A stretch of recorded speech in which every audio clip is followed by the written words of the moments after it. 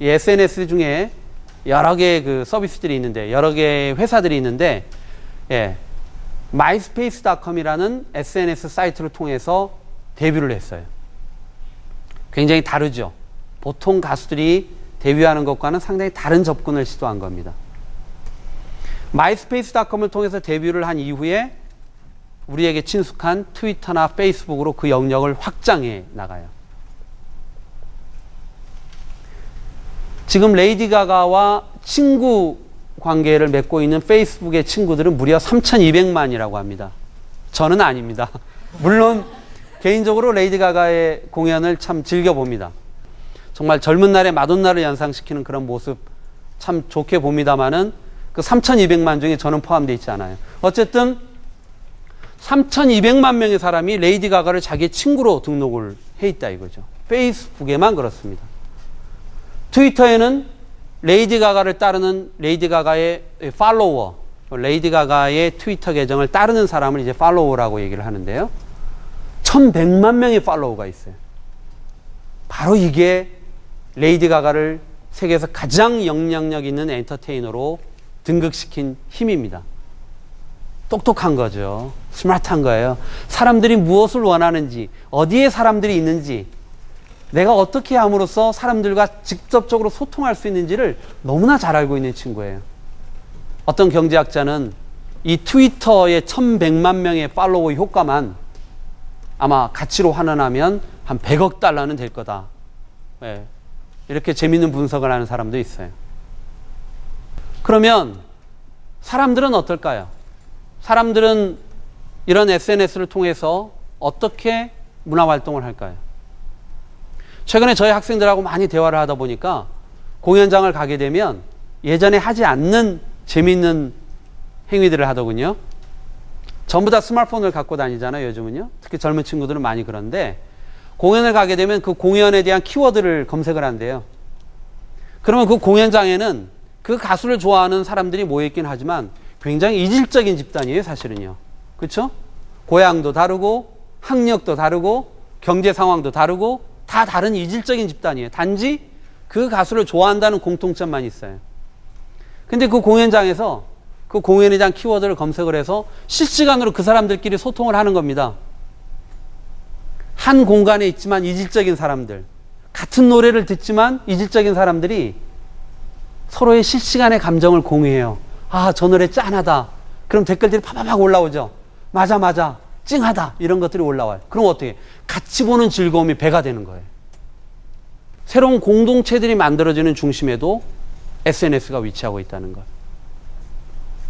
앞으로 이 문화 활동과 SNS의 영역은 상당히 어떻게 보면 사람들 개개인의 생활과 밀접한, 정치라는 것은 약간 좀 어딘가 한 단계 이렇게 멀리 있다는 느낌이 들죠. 그러나 문화라는 것은 늘 우리가 먹고 마시는 것과 같이 보편적인 행위잖아요. 상당히 SNS가 문화의 여러 가지 활동들과 밀접한 이런 부분들을 경험해 나가는 것은 결국 대세가 아닌가 이런 생각을 해봅니다. 사회변화, 사회 쪽으로 이제 한번 넘어와 보죠. 정치, 문화, 이제 사회 한번 보겠습니다. 우리가 보통 사회 정의를 얘기를 많이 합니다. 그렇죠? 인터넷 세상이 되면서 많은 사람들은 인터넷을 통해서 자기의 목소리를 내기 시작합니다. 어떤 사람들은 자기 억울함을 호소합니다. 그래서 어떻게 해요? 제발 이걸 좀 퍼날라주세요. 이렇게 호소하죠. 재밌게도 인터넷은 그러한 개인들의 글들이 많은 사람들에게 읽혀질 수 있는 공간은 마련했지만 시간이 좀 걸려요. 효용성도 좀 떨어지는 경우도 있어요. SNS는 놀랍게도 단 몇 시간 만에 그런 억울한 사연을 우리나라뿐만 아니라 전 세계 이슈로 만들기까지 합니다. 일례로 그 한 의경의 죽음에 대해서 어머니가 호소문을 올린 그 사건 여러분들 다 기억하실 겁니다. 포털 사이트에 게시판에 올렸어요. 그것은 우리가 얘기하는 인터넷 혁명 시기의 접근 방법이에요. 게시판에 올리는 겁니다. 억울합니다. 보통 인터넷 시기에 그런 게시판의 글들은 묻혀지기도 쉬워요. 그런데 SNS 시대에는 오히려 묻기가 어렵습니다. 워낙 개방되어 있는 공간이다 보니까 그거를 픽업하기 시작을 해요. 트위터가 픽업합니다. 픽업된 그 메시지는 굉장히 빠른 속도로 리트윗돼요. 이 리트윗이라는 것은 그러한 소식을 자기를 따르고 있는 사람들한테 재전송하는 그러한 행위를 리트윗한다 이렇게 얘기하거든요. 제가 만약에 1000명의 저를 따르는 사람이 있다고 생각을 해봅시다. 그러면 그런 억울한 사연을 제가 들었을 때 저를 따르는 1000명한테 리트윗을 해요. 근데 그 1000명은 어때요? 또 다른 1000명씩의 팔로워들과 또는 관계를 맺는 사람들이 있겠죠. 수십 수백만한테 동시에 전달할 수 있는 엄청난 파괴력을 가지고 있어요. 이 전달력 때문에 SNS는 사회 변화의 중심에 설 수밖에 없는 거예요. 정치 변화의 중심에 설 수밖에 없는 거죠. 그래서 결국 어떻게 됐습니까? 그 억울한 사연은 트위터를 통해서 순식간에 번져나가게 되고, 미디어가 또 가만히 있나요? 막 RT라고 하거든요. 리트윗 되는 것이 막 번져나가면 미디어가 또 그것을 재빨리 또 픽업합니다. 그래서 기사화해요.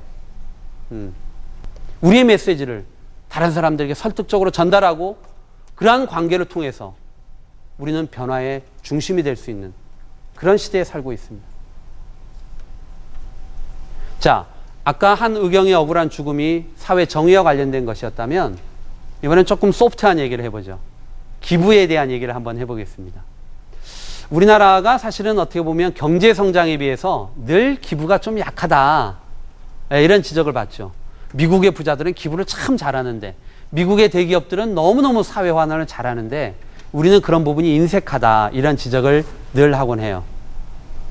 근데 더 이상 핑계 댈 데가 없어요. SNS는 그런 기부를 너무나 손쉽고 효율적으로 만들어주거든요.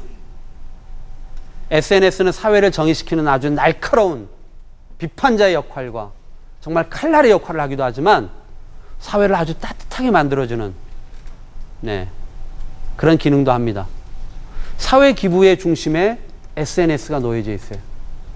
많은 기업들이 SNS와 연동된 사회 기부에 적극적으로 동참하고 있습니다. 사회 기부와 관련된 캠페인을 하고요. 그 캠페인과 연동된 수익의 일부를 또 특정한 소외계층에게 전달하는 그런 아주 훈훈한 뉴스들이 종종 저희 귀에 들려옵니다. 여러분들이 잘 아시는 이회수 씨 소설가는 많은 팔로워들을 거느리고 있어요. 아주 강력한 트위터입니다. 이분이 이런 소위 소셜 기부 또는 소셜 쉐어링이라고 얘기하는데요. 사회적 나눔에 굉장히 앞선 실천을 하고 계시고요. 저는 이런 문화가 확산되기를 바랍니다. 그래서 정말 소셜 미디어를 통해서, 소셜 네트워크 서비스를 통해서 우리 사회가 정말 따뜻한 사회, 정말 살만한 사회로 바뀌었으면 하는 그런 바람을 가지고 있습니다. 그런데 지난 시간부터 지금까지 사실 SNS의 여러 장점들, 좋은 미래, 밝은 얘기, 이런 것들을 많이 해왔잖아요. 그런데 유감스럽게도 SNS가 가지고 있는 여러 가지의 특징들과 강점들은 동시에 약점이 될 수가 있어요. 그 자체가 동전의 앞뒷면 같아요.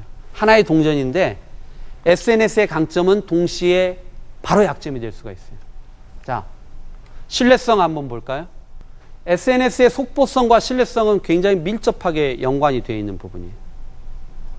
왜 그런지 아십니까? SNS에 얘기를 올리는 사람은 정보를 가지고 있는 사람일 경우가 대단히 많아요. 그렇죠? 정보를 소유하고 있는 사람이 직접 올리는 경우가 많기 때문에 대체로 미디어처럼 기자를 통해서 오는 소식보다는, 그래서 어떤 식으로든 이게 가감이 들어갈 수밖에 없는 그런 매스미디어의 소식보다는 정보를 직접 가지고 있는 사람이 직접 올리는 게 더 믿을 수 있다는 그런 인식들이 있죠. 그런데 이게 바로 SNS의 발목을 붙잡을 수 있어요. 특히 어떤 위기 상황, 혼란 상황에서 실시간으로 올라오는 글들의 신뢰성이 어떻게 담보될 수 있느냐? 이거는